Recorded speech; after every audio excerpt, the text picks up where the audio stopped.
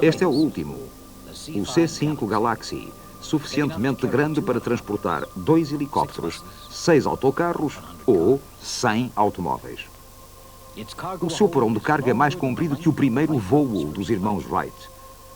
É um verdadeiro gigante do ar.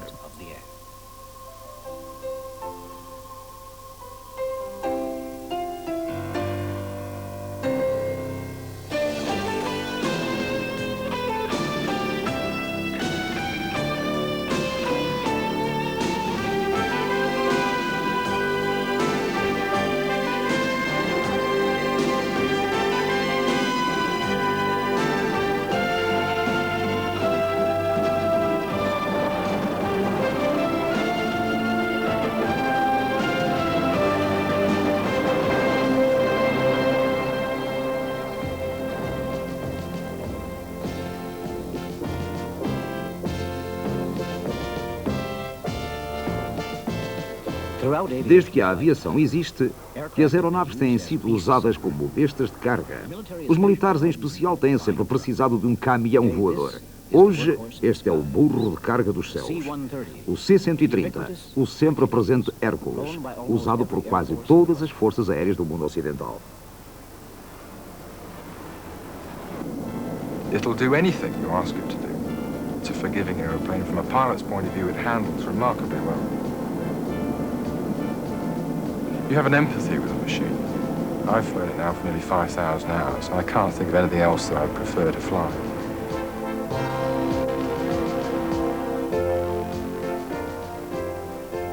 It's nicknamed the Fat Albert, certainly in the RAF, and I think all over the world.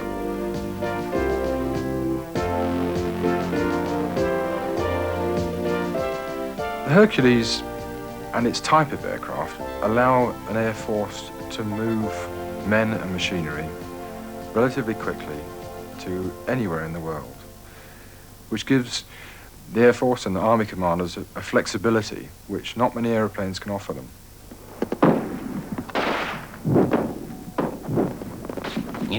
Na guerra, o C-130 mostrou ser um duro e fiável amigo. Em 1968, no Vietnã, quase 100 aparelhos destes voaram para abastecer uma força dos Marines, cercada em Quai San pelo exército norte-vietnamita. Durante 77 dias, os Hércules foram o cordão vital de Quai San.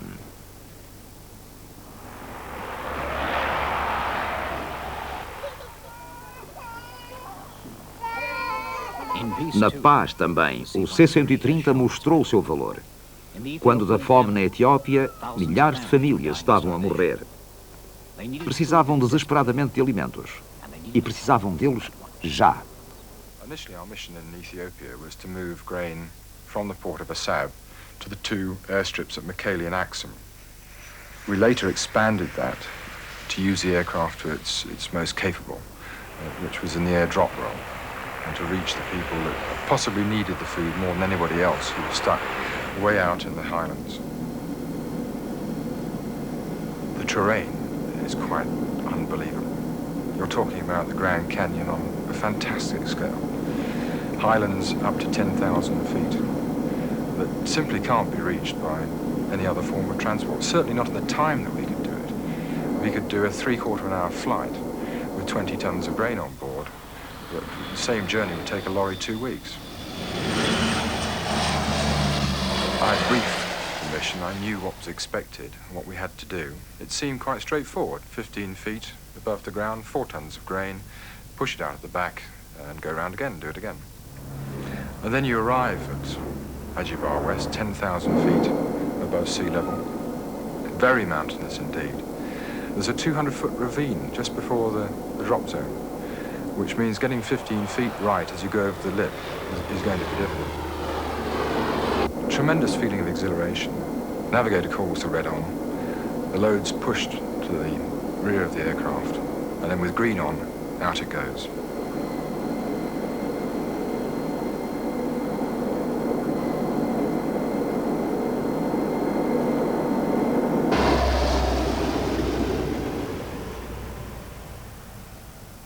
My memory of Ethiopia, without a doubt, is the most satisfying and exhilarating time of my life. We went out there with an opportunity to do something. Within 5 days of arriving there, we knew that people were getting the food that we were delivering to them. You could see them eating it.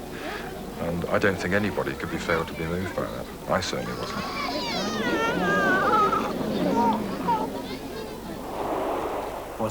Durante 30 anos, o infatigável Hércules mostrou ser tão útil como um caminhão voador o poderia ser.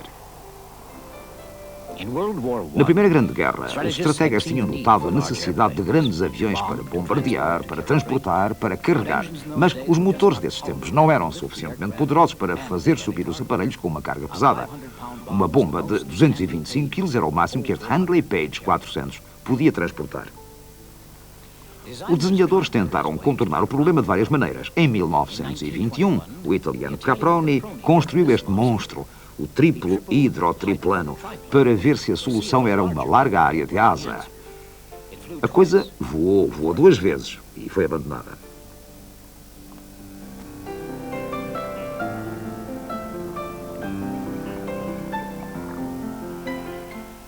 De momento, o dirigível era o único transporte aéreo prático. E os alemães dominavam esse campo com os seus Zeppelins. Mas em 1929, um antigo desenhador de Zeppelins, Claude Dornier, acreditou que o futuro pertencia aos barcos voadores e desenhou isto, o DOX, o maior avião do mundo até então. Como os motores não eram muito potentes, o aparelho precisava de uma dúzia deles. O DOX fez alguns voos majestosos através do Atlântico. Dentro dele, espaço, luxo e o serviço de um grande hotel.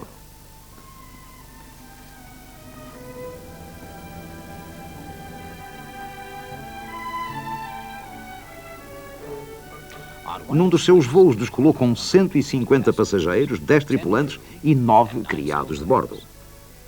Mas o seu desenho não era prático. Quando, com a carga máxima, podia voar apenas a uma altura de 150 metros.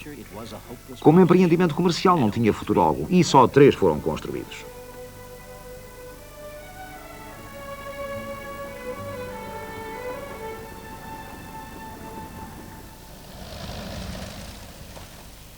Este foi outro gigante pioneiro, o germânico Gigantes, G-38.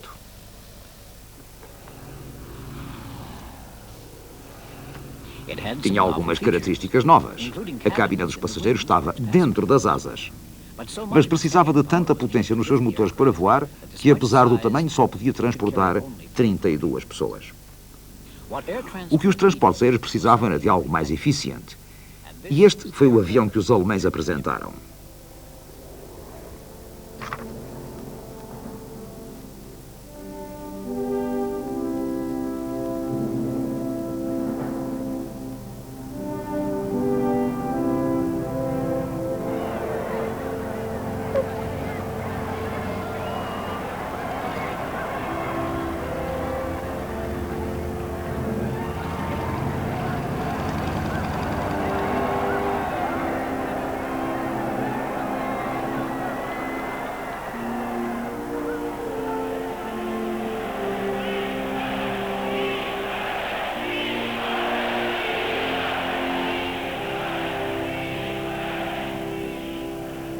O Junkers 52, conhecido por Tante Ju, ou Tia Ju, foi um dos mais famosos entre todos os aviões de transporte.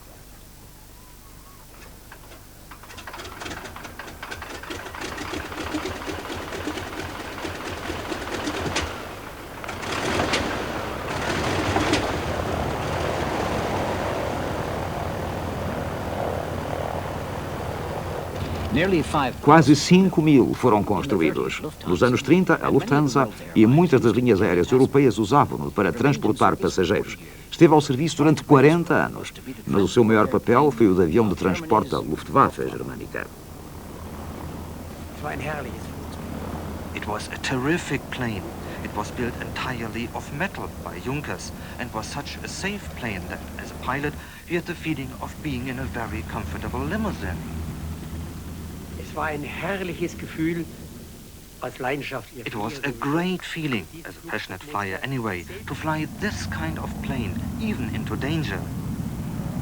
You could rely on it, it was safe, it could be flown blind and did not need a large landing ground.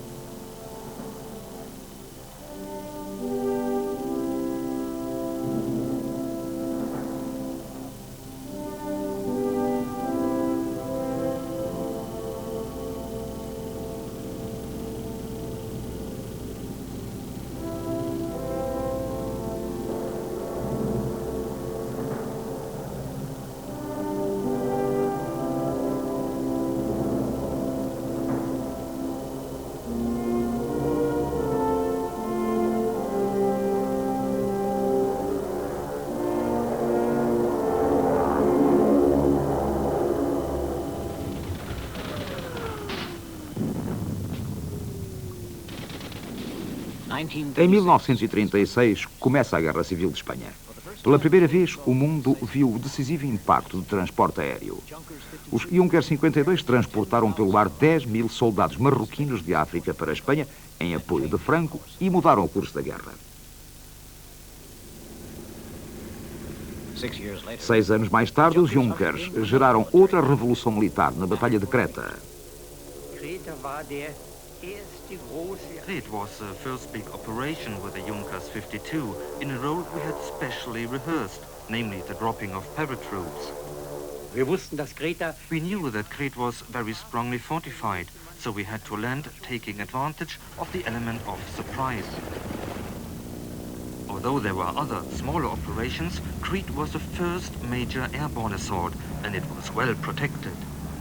There were over 200 Junkers 52s taking part that morning as we flew towards Crete at a height of 120 meters in solid lines of aircraft, one after another like a chain. We carried many hundreds of paratroops ready to jump.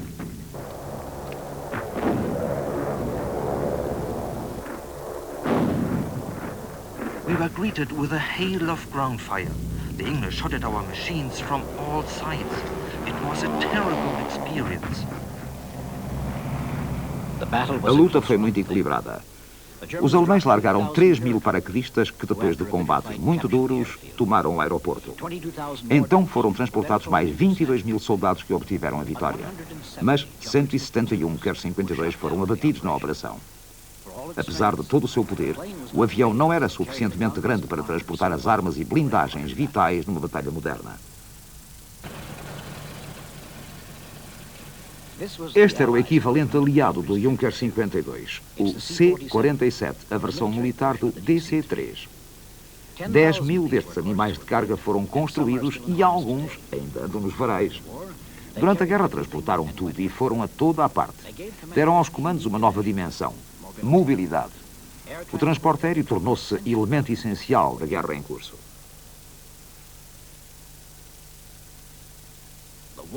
A guerra na Jugoslávia foi particularmente dura, travada entre os guerrilheiros de Tito e um impiedoso exército germânico ocupante. O único elo efetivo que os guerrilheiros tinham com os seus aliados americanos e britânicos era o ar. Tito was very grateful for all the help we were able to give, both supply drops, airstrikes, and in a way, most of all, airlifts taking out wounded and sometimes civilians who were in a bad way. The Germans, on principle, massacred all partisan wounded that they managed to capture. And that meant that the partisans had to carry around the wounded with them. That deprived them of their mobility, which is one of the most important things in guerrilla warfare. Os aviões aliados voavam de bases no extremo sul da Itália e tornaram-se conhecidos como a Força Aérea dos Balcãs. The first thing, of course, to do when we were expecting an airlift was to get all the wounded assembled. Now, that wasn't very easy because they came from the mountains all around with some walking, some on whatever ponies we had. And they had to be brought in probably a day or two before. And then the moment the aircraft landed, put on board as fast as we could and taken off again, because there was always a danger the Germans would get onto this and shoot them up. I think it was enormously important from several points of view, very important from a human point of view, because they felt awfully alone in one way, and this meant that there was some hope for them, that somebody was looking after them. Very important from a military point of view, because of course if you knew that you were going to be massacred by the Germans if you were wounded, it was very bad for morale.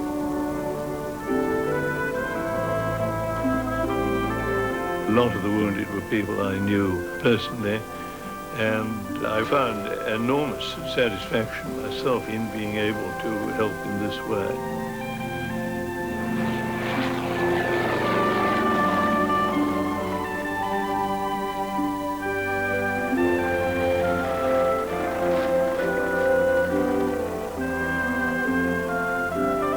There's no doubt at all that what we were able to do in the way of airlifting out wounded and so on, is something that the Yugoslavs have always remembered, always been grateful for, and which has been a very solid foundation for friendship between our two countries.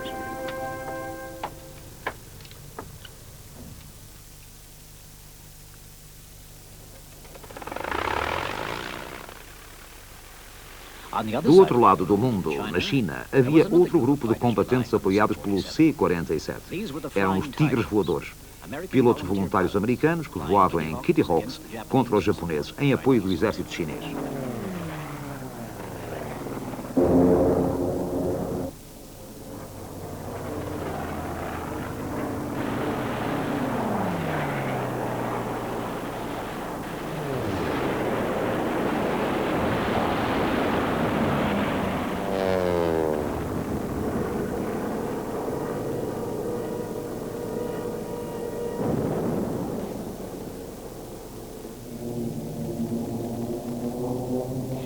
A única maneira desses pilotos serem abastecidos de comida, munições e equipamentos era pelo ar, a partir da Índia. As estradas estavam nas mãos dos japoneses. Isso significava um longo voo sobre os Himalaias até à China. Diziam que era voar sobre a Corcova. E, naturalmente, o primeiro avião escolhido para realizar a árdua missão foi o C-47. When we took off from India, the elevation is 4,000. Of course, it was hot. We wore khakis there and our little leather jacket. And, of course, we climbed up to altitude, 17, and the temperature would be below zero. It'd be so cold you'd have to sit on your hands to keep them warm. The C-47 did the job until we got a better aircraft over there, but it was not an ideal one because we ran out of power before we could get up to the altitude. It was made to fly below 10,000 feet. And we were flying at 17 to 19,000 with 5,000 pounds of cargo on it. On a clear day, the hump was beautiful, but if you thought about it a minute and if you had to bail out, which some folks did, and walk out of there, it could have been horrible. Por fim, os C-47 foram substituídos por um avião maior, o C-46. Mas mesmo esse era demasiado pequeno para o equipamento da guerra moderna. Nesse tempo, só os alemães tinham desenvolvido a tecnologia do desenho de aviões realmente grandes. E já tinham construído outro gigante.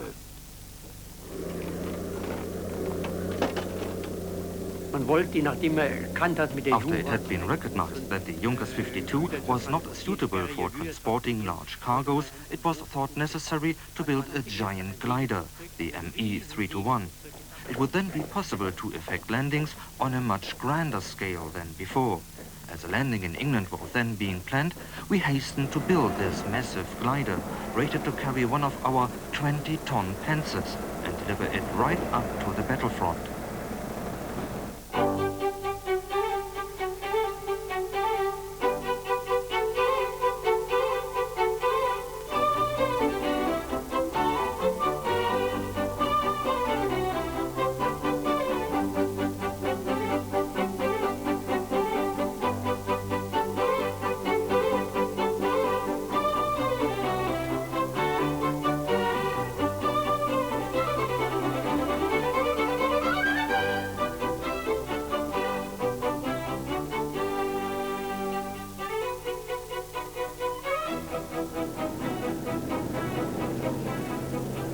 O Messerschmitt 321 era tão grande que necessitava de 3 aviões para o rebocar e tinha foguetes debaixo das asas para o ajudarem na descolagem.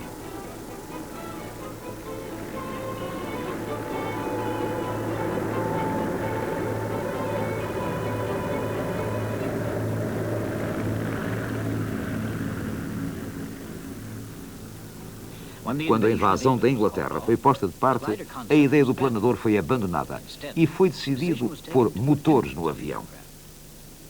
Primeiro tentaram 4, mas não eram suficientemente fortes para fazer subir o monstro. No fim, montaram 6.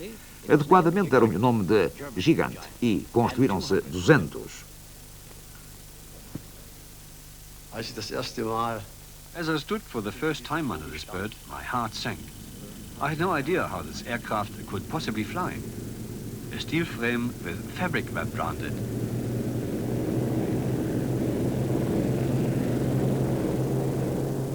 At the beginning, I did not have much faith in it. It was the same for all my comrades, but that was soon to change. And slowly grew the certainty, trust and faith in the aircraft. That was an extremely good aircraft and performed extremely well. The plane could carry a maximum of 18 tons. It could take people, soldiers, 120 with full pack, up to tanks, armored vehicles, anti-aircraft guns, with gun carriages, fuel of course, and all kinds of small transport vehicles. Almost anything that the other aircraft, because of size and weight, could not carry. This was, generally speaking, the reason why this huge transporter was needed.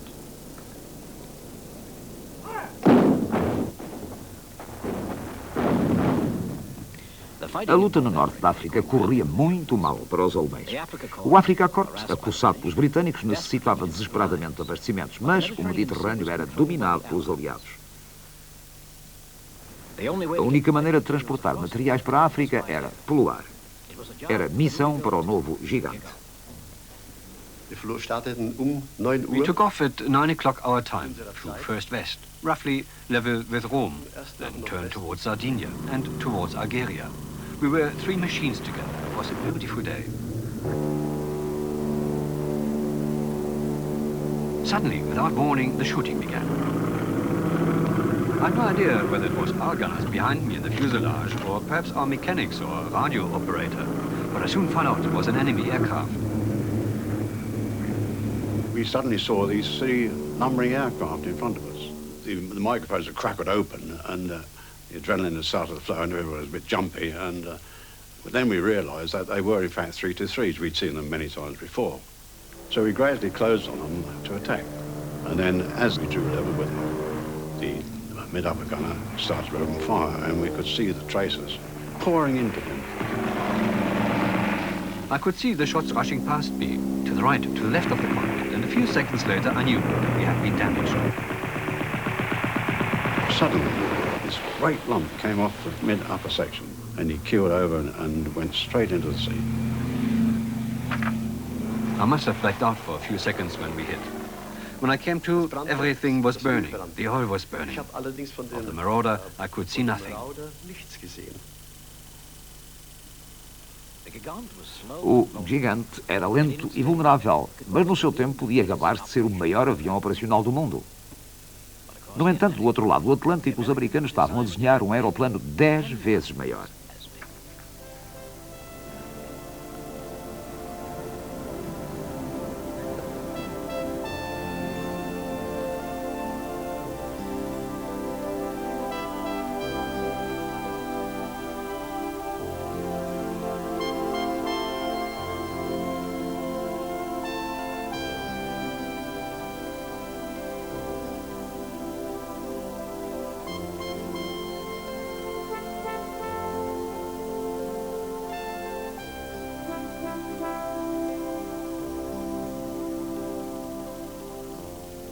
O objetivo era construir um avião que pudesse transportar soldados e blindados através do Atlântico, onde os submarinos alemães estavam a destroçar os comboios aliados.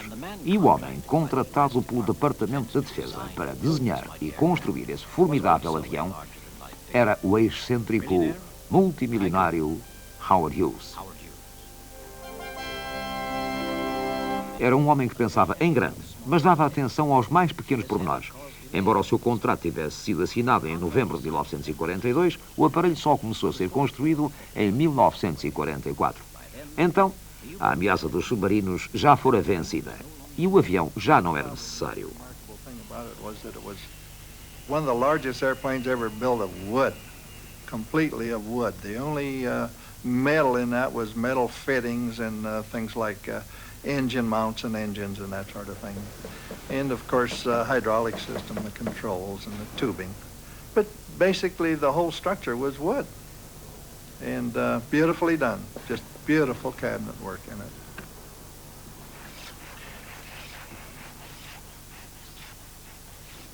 As constantes mudanças de ideias e as interferências de Hughes retardaram o trabalho no avião.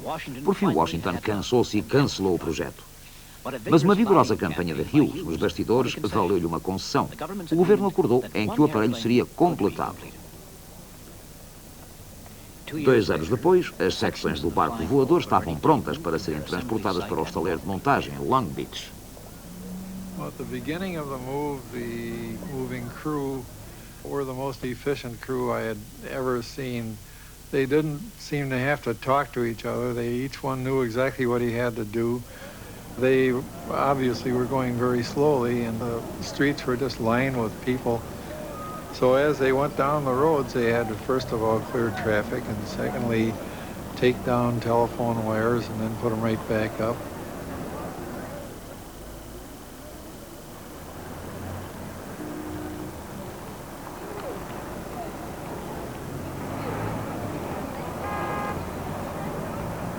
All during this time, there were just no hits as this crew knew exactly what to do. It's just perfection. And when they got the thing onto the site, I don't think they even put a scratch on it. It was just fantastic. It was built large because Howard didn't like to build anything normal. It had to be the biggest or the smallest or the fastest or the slowest. We started as a target to fly a 50-ton tank. Now that has to be pretty good size.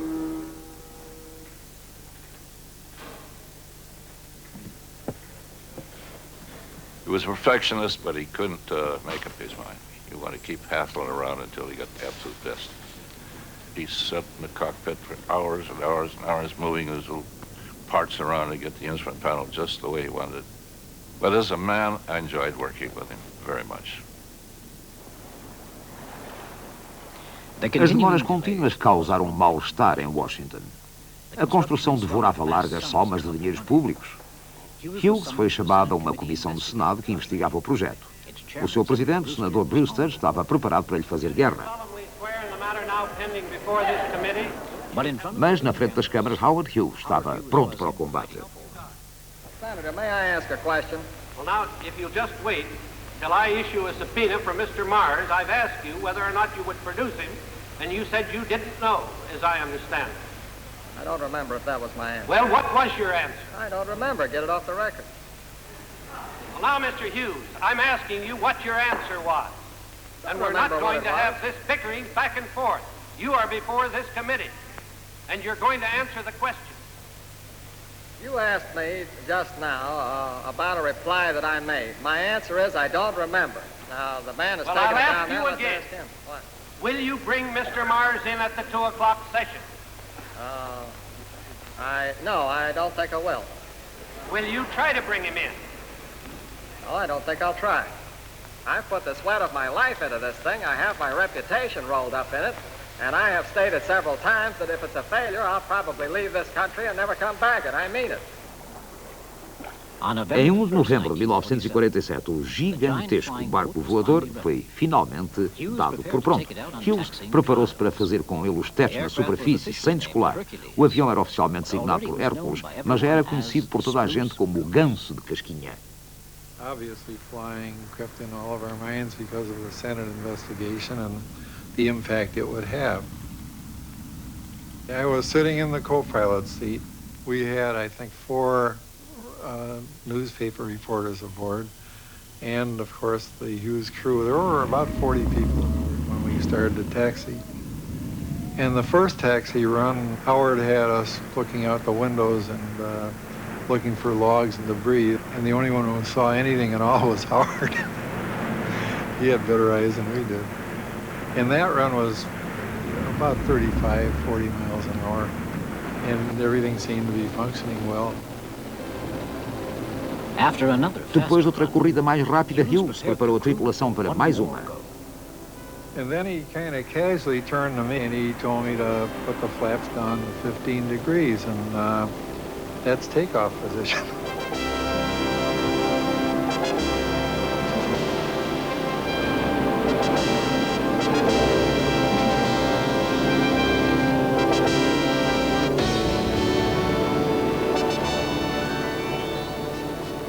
He was surprised when it took off, and he recovered rapidly from the surprise and executed a beautiful landing, but his first words when we hit the water was, "Boy, those flaps balloon this thing."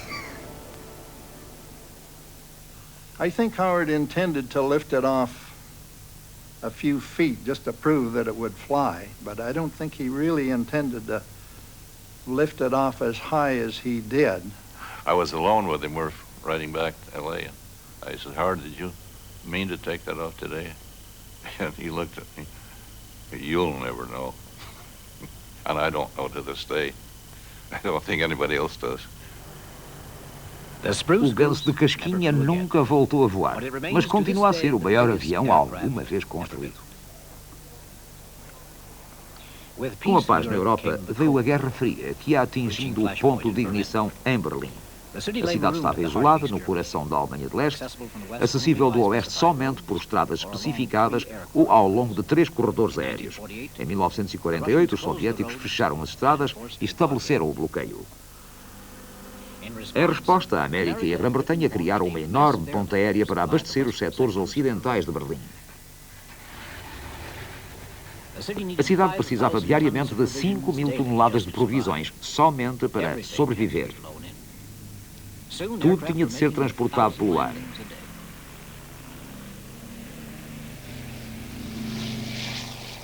That air corridor was just like a jammed up freeway. Take off, and you knew right behind you was a string of aircraft, just like they're on one continuous string. As you make a turn where you could look back, you'd see airplanes coming up off Rhine-Main in a steady stream. And up ahead of you, you could see airplanes above you and below you. And you knew it was very important to maintain that airspeed or you'd have some problems somewhere. Coming into Berlin and looking down, it happened to be a daytime on my first arrival. And looking at the city from the air, it was just remarkable to me because all it was looked like a cemetery of buildings. There were shells of buildings. You could see right on down the foundations from the rooftops. And the devastation there was something I just wasn't prepared for. Well, we came over with about 4 airplanes, and I didn't know how many other airplanes were in the pipeline, but to supply a city of 2.5 million people with their warmth needs, with needs for any meaningful employment, let alone the food requirements, it was a question in my mind that we could pull off anything like that. As soon as I arrived at Gatow, I was sent as part of the British team operating with the Americans a special surveillance radar. The radar made a constant flow of aircraft to the airfields possible and enabled them to maintain a landing rate about 1 every 90 seconds. Maintain your present elevation and continue vector 315. Now, I remember one Dakota captain complaining all the way in that he couldn't maintain height and that his controls were sloppy. When he arrived at Gatow, he made a fairly heavy landing, and it was only then he discovered that instead of his 3.5-ton load that he should have had as a Dakota, someone had inadvertently given him a York load of 10 tons.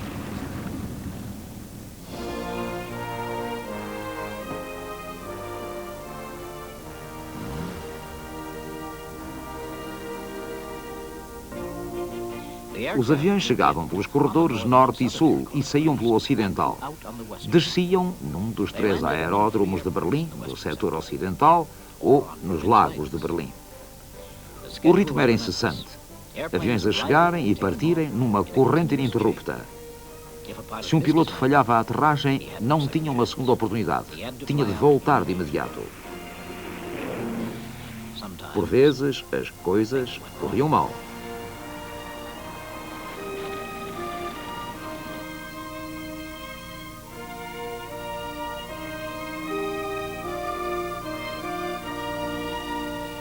A ponte aérea durou 15 meses, num total de mais de 250 mil voos que transportaram perto de 2,5 milhões de toneladas de abastecimentos. Foi um triunfo que obrigou os soviéticos a levantarem o bloqueio e elevaram o moral dos berlinenses, iniciando uma nova aliança entre vencedores e vencidos. One American captain flying into Tempelhof got the habit of dropping his spare chewing gum packets out to the children gathered underneath. And of course, no time at all, his aircraft got recognized. And I believe that the children used to call him the Candy Bomber. I was trying to keep it a secret because you weren't supposed to drop things out of airplanes. Bombs are okay maybe, but not candy and gum. Well, I knew that we'd have to parachute the things so that the kids would be able to see them. And so I took just ordinary handkerchief and made parachutes just like the handkerchief in the rock trick. Tied the candy bars and chewing gum on these strings, rolled them up, and then we'd push them out the flare chute. That's how I got to be known as the Candy Bomber, or Uncle of Wiggly Wings, as some have said. The British people sent all kind of goodies, and the Americans sent a lot. Ran out of handkerchiefs right away, and the people started to send those. The kids in Berlin started to send back theirs for refills. The international press had put out that I was a bachelor, which I was at that time. But when that word got out, the parachutes started coming, black lace, perfumed, had all kinds of handkerchiefs. But one day we came and there was kids all over the ramp. And I don't know how the word got out that I might even be there, but they asked questions and pretty soon they identified me and came out of the hold, and there they were. The whole ramp was filled with them.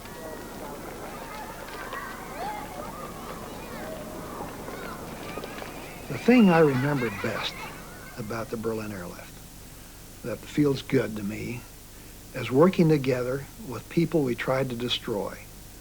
And here it was in Berlin, the scene of some of the most devastating bombing, and the British and the Americans and the French pulling together with these same people that we're trying to destroy to save their life.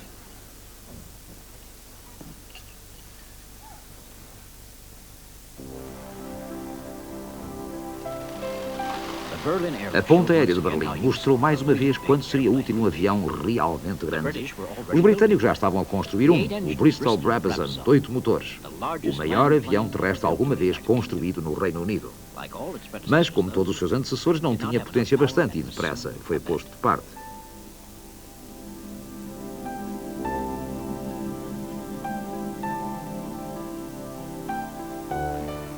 Este Leviatã, o Consolidated X-99, teve o sucesso bastante para ser usado pela Força Aérea Americana no transporte de cargas invulgarmente grandes, mas só um foi construído.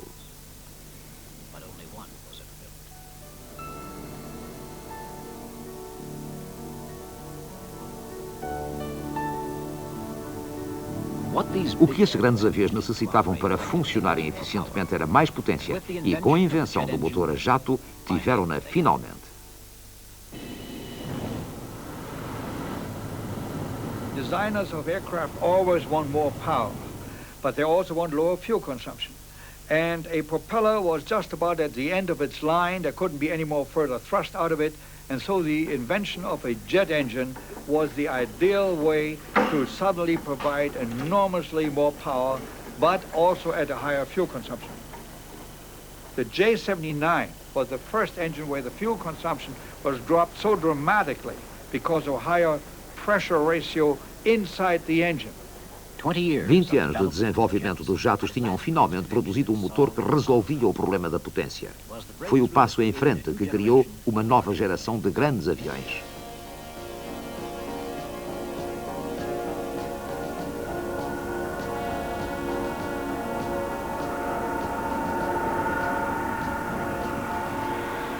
Grandes transportadores, como o C-141 Starlifter.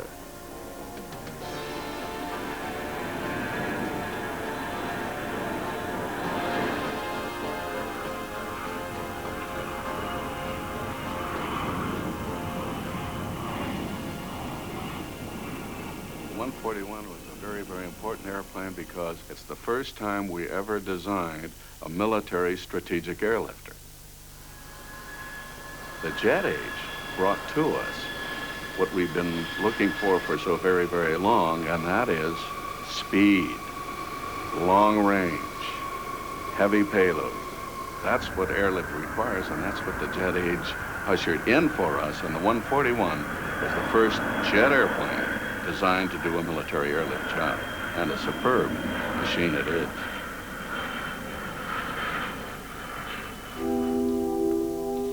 Como o ganso de casquinha, o C-141 foi concebido para criar uma linha vital através do Atlântico.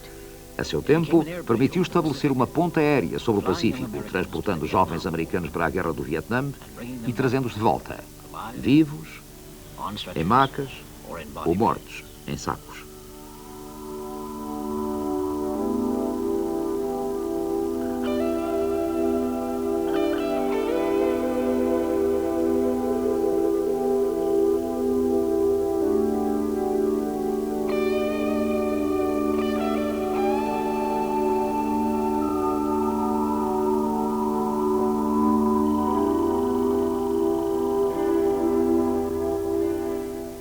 Vietnam would be perhaps hours of boredom interrupted by moments of extremely frightening situations.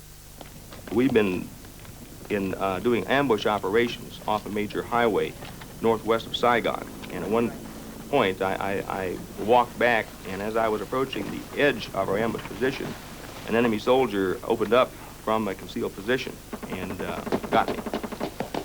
Thank God he was a young soldier, because an AK-47 is uncontrollable automatic fire. He didn't hold the weapon down, and the entire 30-round clip was fired, of which I think one, maybe two bullets struck me, and the rest went over my head. The men made some sort of a poncho stretcher, and I was sort of dragged to a landing zone in a rice paddy and put on board a helicopter, taken back to a field hospital outside Saigon. After I stabilized in the hospital, I would think not more than 4 or 5 days, we boarded the C-141. But I was seriously wounded, a lot of pain, and a lot of medical procedures were being performed on me. I was just very, very uncomfortable. And the first real feeling of any security I had was when I saw the airplane. I knew what it was, but that was my Freedom Bird. That was my ride home. No one went to Vietnam thinking that they would come home seriously wounded. You thought about living, you thought about dying, the horrible things, but never about having to come back helpless. The C-141, that's where it fit in our experience. It was there when we needed it. There was no other way back to the States quickly.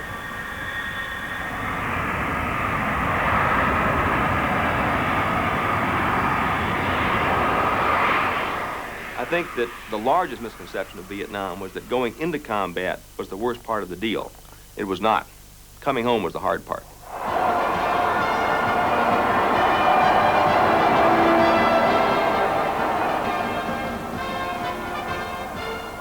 Quando a guerra do Vietnã estava a acabar, a Lockheed apresentou um avião ainda maior.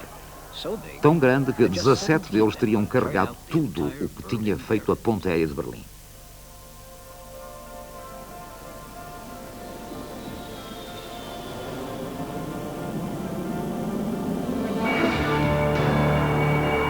O C-5 Galaxy.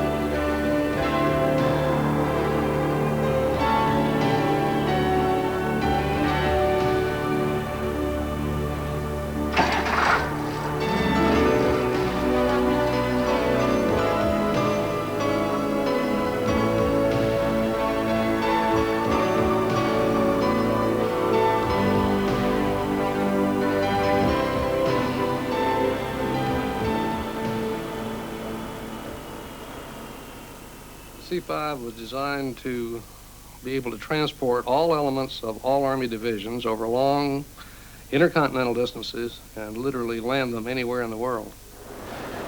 At the time it was designed, it was the largest airplane that ever been built, and by a rather wide margin. It was about twice as heavy as a previous airplane.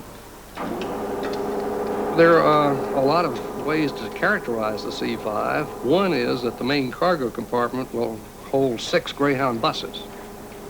The fuel capacity is equal to the entire weight of a C-141. The paint on the airplane is over a ton of paint on it. And so from any way you measure it, it's an impressively large airplane. Historically, aircraft designers have always needed more power. The C-5 was that happy circumstance in which suddenly an engine was available to us with sufficient thrust and performance to make the airplane concept a successful one.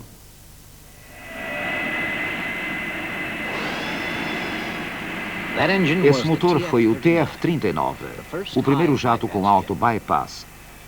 A tecnologia podia agora tornar reais os sonhos dos desenhadores de aviões. Sem a tremenda potência dos novos motores, o C-5 teria necessitado de 12 motores de jato vulgar e sofrido todos os problemas do passado.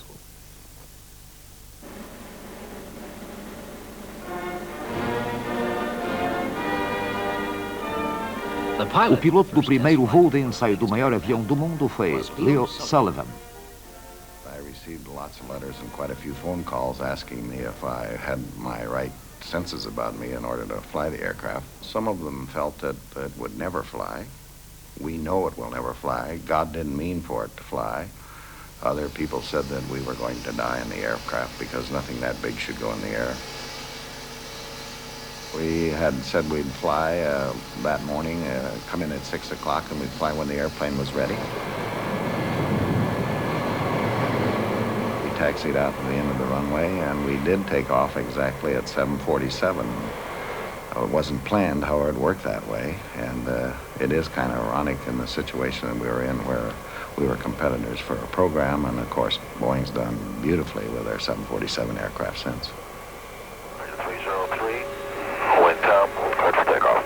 There you go, When you're setting up controls on the end of the runway, you're thinking there's quite a bit tied up in this for the future of the company. You sweat a little with your hands, push up the power and go. 570, 75, 80,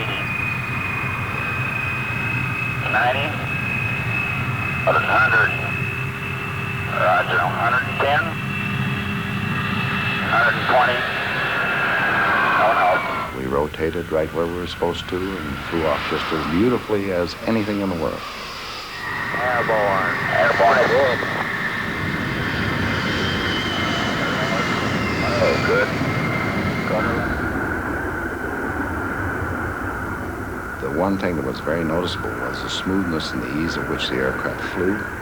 And for people who haven't flown large aircraft, they fly much easier than small ones because they're not affected by gusty, turbulent air, and they're very smooth to fly. And they're like a bowling ball going down an alley. There's not much displaces them.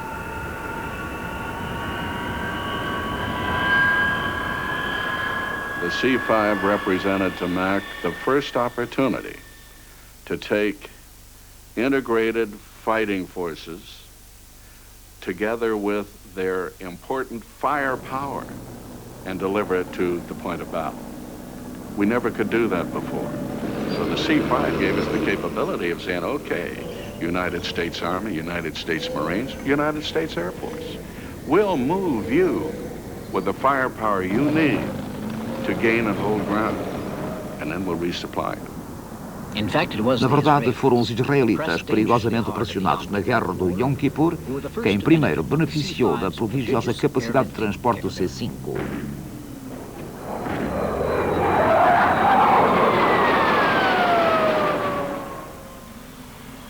Mrs. Golda Meir, then the Prime Minister, came to our president and asked for help because their armed forces were fighting a battle of attrition, and they were going to lose, no doubt about it. And they were rapidly running out of ammunition and very badly needed supplies. The only way to stabilize it is to get in there with some equipment and some people to make sure that those forces engaged in battle would not be overrun.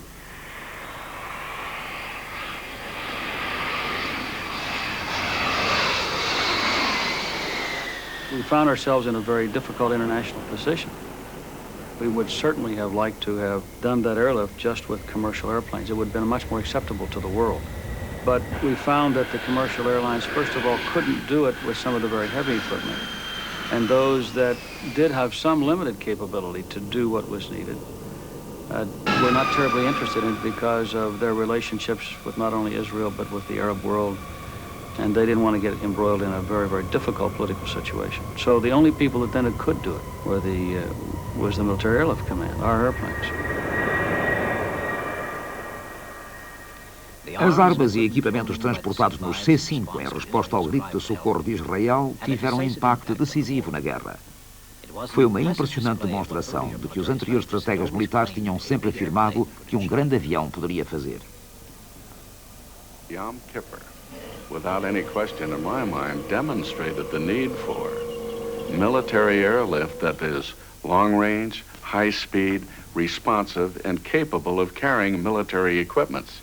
And if you're going to provide that kind of capability, you must have an airplane, a military design like the Sea-Pie to get that job done.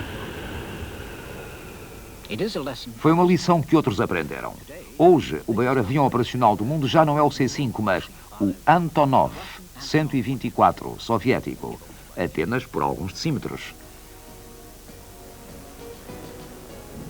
A história mostrou o valor desses gigantes do ar e a tecnologia das superpotências tornou finalmente possível usá-los.